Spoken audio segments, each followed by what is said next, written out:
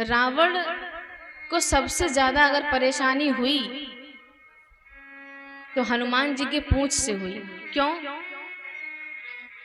पूंछ की कहानी बड़ी लंबी है, लेकिन छोटे में सुनिए, क्योंकि हम लोग की बुद्धि छोटी है। दो चीजें हैं। पूंछ एक तो वो जो अंग विशेष का नाम है, जो पूंछ होता है अंग में, शरीर में। दूसरा पूंछ वो, अरे इनको ऐसे मत समझो, इनकी यहां से वहां तक बड़ी पूंछ है।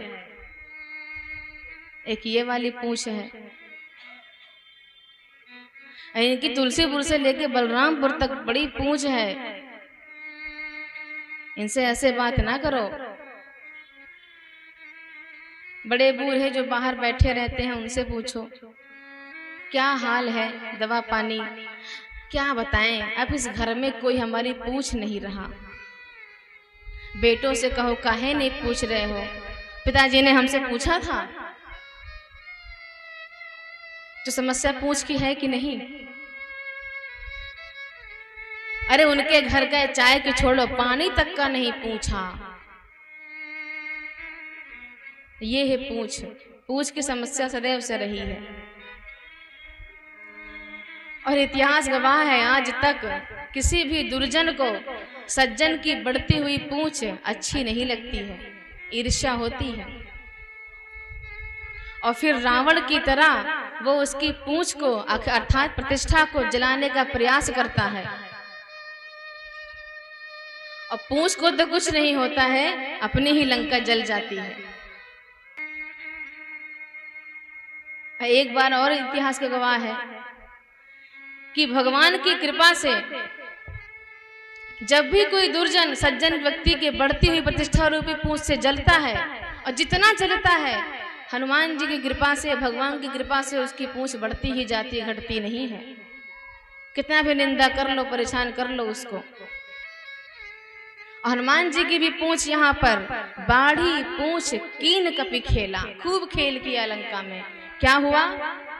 तो रावण के पास सभी प्रजाजन आए, महाराज पूरा घी खत्म हो गया, तो तेल से करो।